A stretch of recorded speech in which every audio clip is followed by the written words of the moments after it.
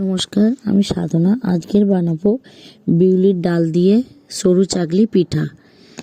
প্রথমে এই ডালটা আমি সারা রাত ভিজিয়ে রেখেছিলাম সকালবেলায়। এবার ডালটাকে অল্প জল দিয়ে আমি বেটে নেব। মিক্সিতে আমি একটু দানা দানা করে বেটে নিয়েছি।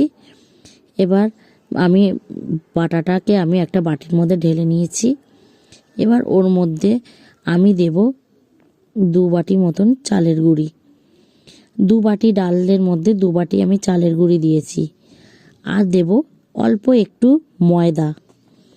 এবার হালকা উষ্ণ গরম জল দিয়ে আমি ব্যাটারটাকে ভালো করে গুলে নেব। আর দেব এর মধ্যে একটু স্বাদ মতন লবণ। লবণটাকেও দিয়ে আমি ভালো মতন হুইস্ক দিয়ে আমি ঘেটে নেব। ভালো করে ঘেটে নিতে হবে, যাতে একটুও দানা দানা যেন না থাকে। দেখুন, আমি ভালোভাবেই ব্যাটারটাকে গুলে নিয়েছি। আর ব্যাটারটা এরম পাতলা হবে। এই ব্যাটারটাকে আমি 15 মিনিটের জন্য চাপা দিয়ে রেখে দিয়েছিলাম। এবার 15 মিনিট পরে এবার আমি এটাকে ভেজে নেব। আমি প্রথমে এবার গ্যাসে চাটু বসিয়ে দিয়েছি। চাটুটাও আমার গরম হয়ে গেছে। অল্প একটু তেল ব্রাশ করে নেব। আমি এই কলার পেটো দিয়েই আমি ব্রাশ মতন করে নিয়েছি। এটাকে দিয়েই আমি তেলটাকেও হালকা করে বুলিয়ে দেব। দিয়ে 1 হাতা মতন ব্যাটার আমি এতে দিয়ে দেব। দিয়ে হাতার পিছনটা দিয়েই আমি ভালো করে গোল করে দেব। গোল করে দিয়ে আমি এটাকে কিছুক্ষণের জন্যে রেখে দেব।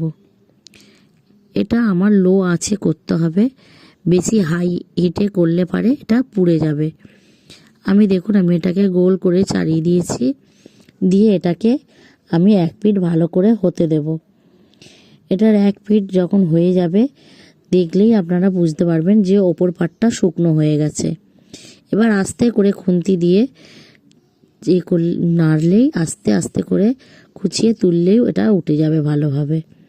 একটা পিঠ আমার ভালো মতন ভাজা হয়ে গেছে। আর একটা পিঠ আমি একটু সেঁকে নেব। সেঁকে নিয়ে উল্টে নেব। দেখেন, দুটো পিঠই আমার মোটামুটি ভাজা হয়ে গেছে। এটাকে ভাঁজ করে আমি তুলে নেব। আমি আরও একটা ভেজে দেখিয়ে দিচ্ছি। অল্প করে তেলটাকে ব্রাশ করে দিয়ে 1 হাতা মতন ব্যাটার দিয়ে ভালো করে এটাকে আস্তে আস্তে করে আমি ঘুরিয়ে নেব। ভালো করে ঘুরিয়ে ঘুরিয়ে এটার ব্যাটারটাকে ছাড়িয়ে দিতে হবে। ভালো মতন করে গোল করে ছড়িয়ে দিয়েছি। এবার একটা পিঠ ভালো মতন হলে খুন্তিটা দিয়ে খোঁচা দিলেই আবার পুরোটাই উঠে যাবে। আস্তে আস্তে করে উল্টে দিতে হবে। দেখুন, একটা পিঠও ভালোভাবে হয়ে গেছে। আমি এটাকেও আর একটা পিঠ তুলে নেব। উল্টিয়ে দিয়ে এই পিঠটাও আমার হয়ে গেছে। এবার আমি সরু চাকলি পিঠাটাকে তুলে নেব। আমার সরু চাকলির পিঠাগুলো হয়ে গেছে কমপ্লিট। সরু চাকলির পিঠাটাও দেখেন কত সফট হয়েছে। যদি আপনাদের ভালো লেগে থাকে তাহলে একটা লাইক করে দেবেন।